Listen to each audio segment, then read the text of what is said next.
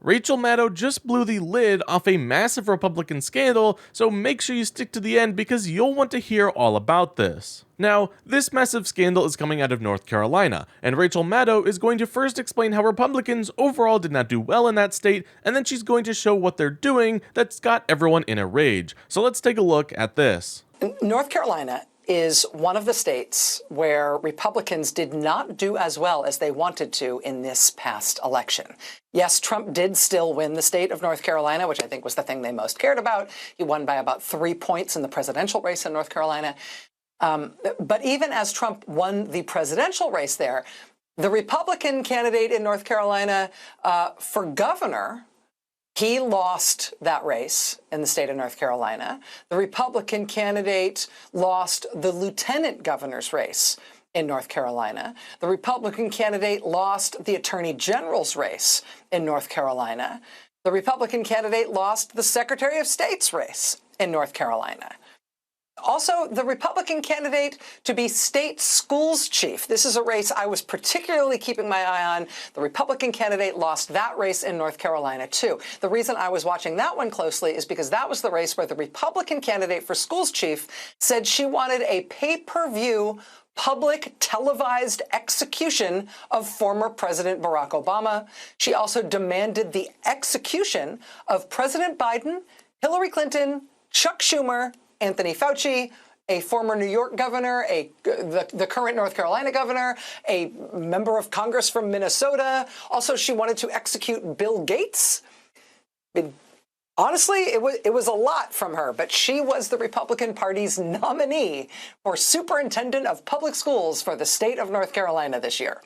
And she lost that election, along with almost all the Republican candidates for statewide office in North Carolina. So, yes, in North Carolina this year, Trump won the presidential race, but Republicans lost almost everything else in the state.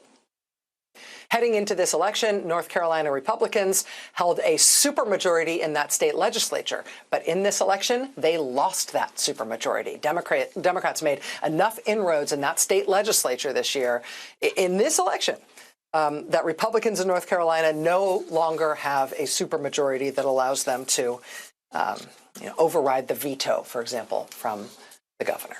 In the face of that oncoming change, Republicans took this bill making various changes to the laws of dentistry. They took the laws of dentistry bill and they turned it into something very much not that, which is probably good news for drunken dentists, bad news for mannequins. But it's also really big news, big audacious news for what Republicans are apparently trying to do in North Carolina on their way out the door. This is footage from the North Carolina state legislature, people being cleared out of the gallery in the state legislature for protesting against what the Republicans are trying to do with this bill that started off a dentistry bill and that has turned into something much more radical. Republicans took this laws of dentistry bill, they gutted it, they took out all the dentist stuff. They then decided they would call it their hurricane relief bill. You remember all the horrible storms in western North Carolina right before the election.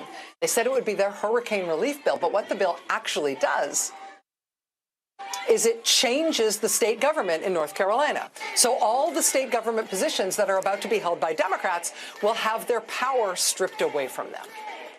The governor of North Carolina, for example, will no longer be allowed to appoint judges as he sees fit. Under this new bill, he will literally be required in certain circumstances to appoint judges that have been approved explicitly by the state Republican Party. The state Republican Party has to approve the Democratic governor's judicial picks. The Attorney General under this bill will not be allowed to oppose anything that is done by the Republicans in the state legislature, even if the Attorney General thinks it's against the laws of the state. Power over the administration of elections in North Carolina would inexplicably, under this bill, it would inexplicably be moved wholesale into the office of the state auditor. The state auditor being in charge of elections? Why would Republicans change North Carolina state law so the state auditor is suddenly the person in charge of elections? Oh, because state auditor is the one race that Republicans won this year in North Carolina.